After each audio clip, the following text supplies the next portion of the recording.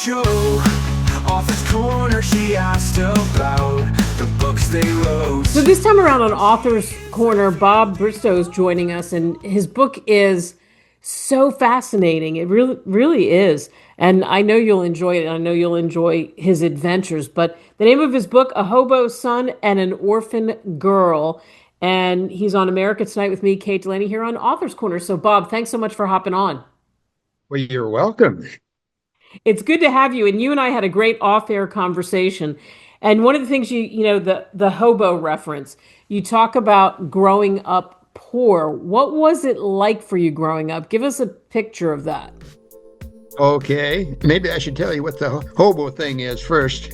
The hobos, a lot of people think that a hobo is a bum. That's not what they were. What they were people during the Depression that had to go from one place to another, and they had no money. So they went out and they found a train that was going in the right direction, a freight train, and they climbed in, and they had what they used to call seeing the USA from a boxcar. So my father did that.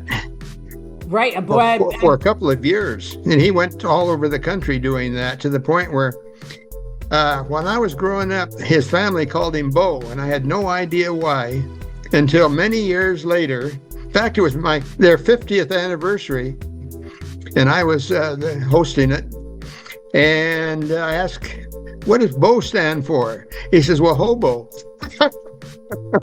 Oh, I get it. Yeah, hobo. And thank you for that. I'm sure there's a lot of people that had no idea about it. Boy, I bet you had some great stories, too, to go along with that, with some of what you saw. Right. Sure. There's quite a few stories in the book about those things. Yeah. What made you write the book? What was your motivation for writing the book? Well, probably I should go back a little bit and give a little bit of background before to answer your question.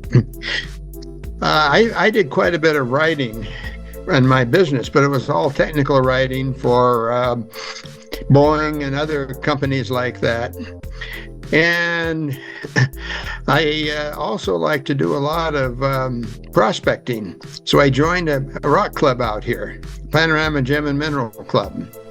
And they had a newsletter, and the gal that was writing it said she was quitting because people weren't giving her anything to put in it every month. And so I told her if she'd stay on for another year, each month I would give her something for the newsletter. Well, that was well received, and went on for a second year.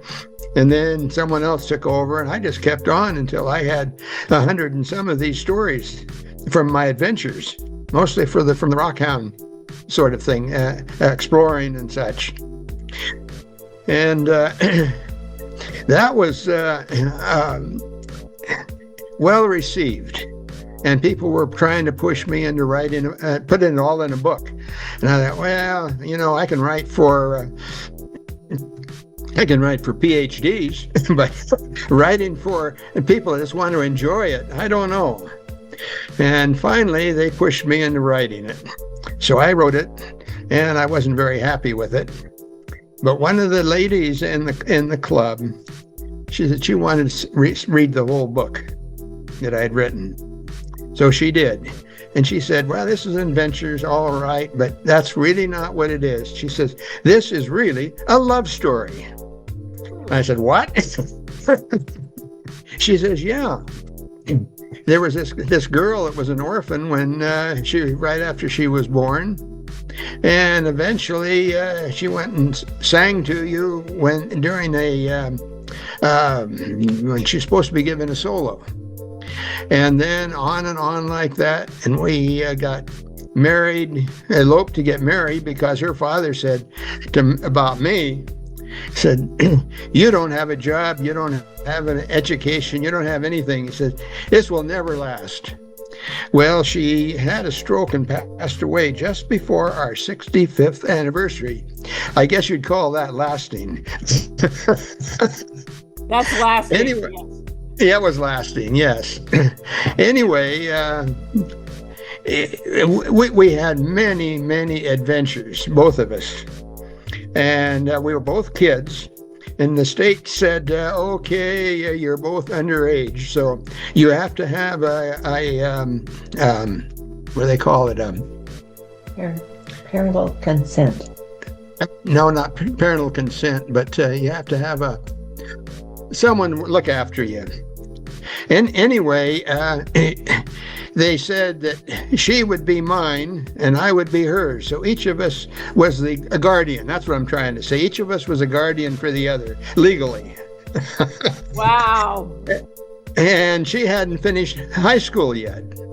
So while I took my first year in engineering, she finished high school. And I'll tell you, that was a lot of adventures for a married woman to be in high school. Luckily, it was one of the few high schools in the state that would allow married women to go ahead and get the rest of their education. But during that time, some interesting things happened. Like twice, the doctor said she was dying. And that was kind of a shock to me because I thought she was in pretty good shape, just going to the doctor for this or that. And one day he called me up and he said, I want you to come to the office alone. And I went down there and he shoved these papers at me and he says, here, sign this. He says, your wife has thyroid to the point where within a short time she's not going to be able to take care of herself.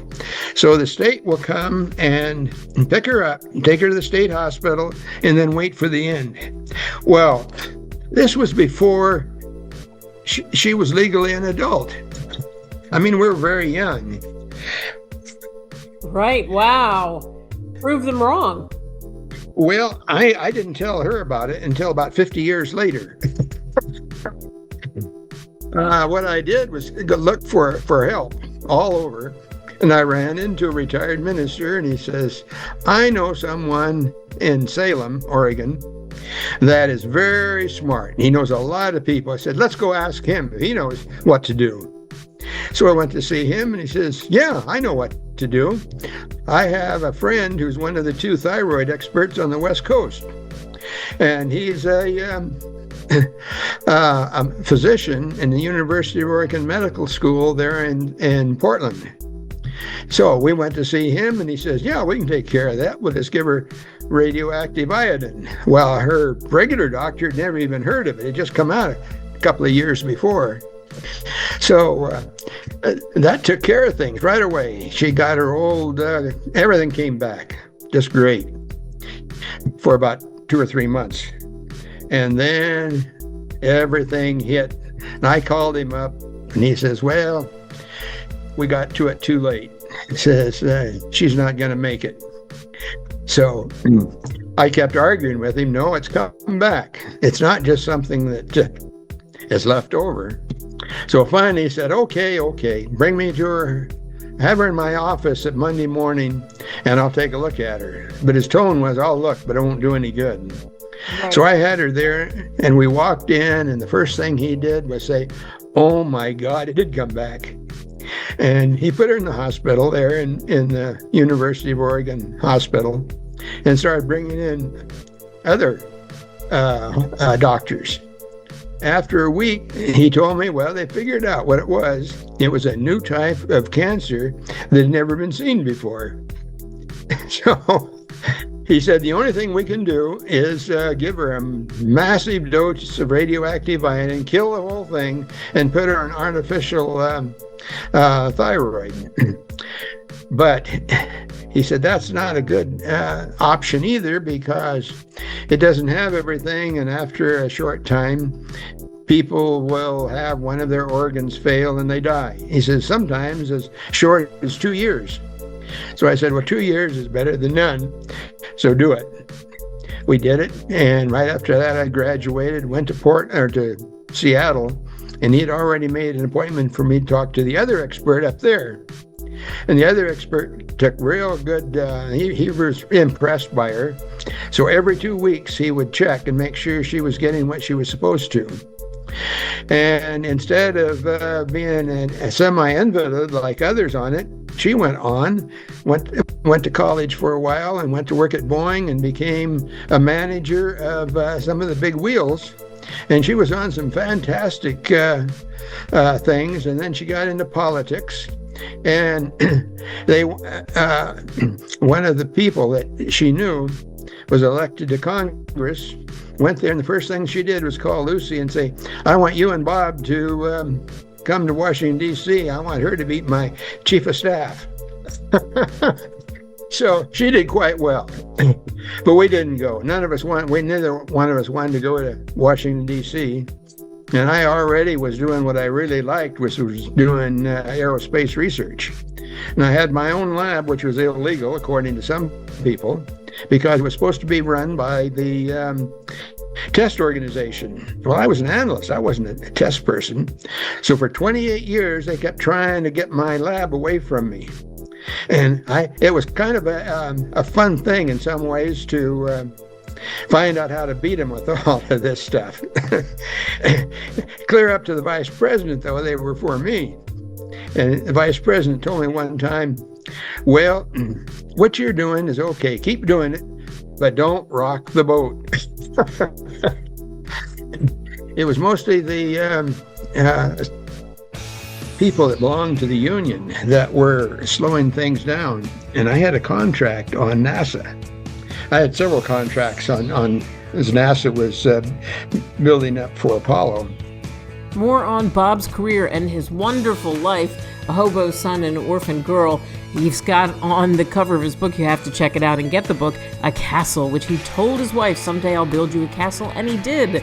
That's coming up around the bend with me, Kate Delaney, here on Author's Corner.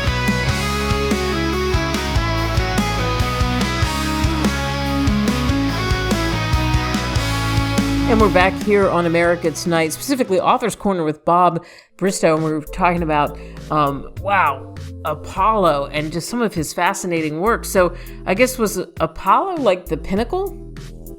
That wasn't the most important things I did. It turned out to be a real good job, but it was one that I kind of invented for myself. And one day, one of the vice president's advisors says that I shouldn't be doing that. I should be doing all the things the vice president said he wanted. And the vice president kind of smiled and looked at him and said, well, we allow entrepreneurs to go ahead and work as long as they're not costing us anything. In other words, shut up and let it go.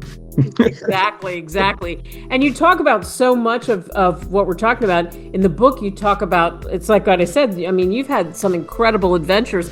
Amazing things have happened to you. When you wrote the book, was that in your head? Like, okay, what am I going to put in this book? I mean, a hobo son and an orphan girl, to know that you can come from some place and you can end up in a different place. That's right. And you both were proof of that. But one of the things I want people to take from it was we were both born into very poor families, very poor.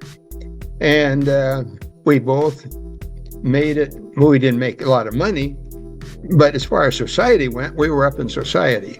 And you can do that if you want to work and really think about it. But you have to do more than just wait for something to come to you. So that's one of the big lessons in the book. When people read the book, that's one of the things you want them to take away. What else do you hope they take away? Well, I think a lot of the adventures we had were just plain interesting. And some of them were kind of touch and go. I got myself into some trouble at times. And so I hope that it's just fun reading for people too. Right. It is absolutely a fun ride. And we don't want to give away everything, but it is really, really a fun book. And it shows you how life is. You take us down that road. And I think the person who told you it's a love story, in a way, it is a love story. Bob Bristow, a hobo son and an orphan girl. What a pleasure to have you on the show. You can get the book on Amazon, Barnes & Noble, wherever great books are sold. Thank you. Mm-hmm.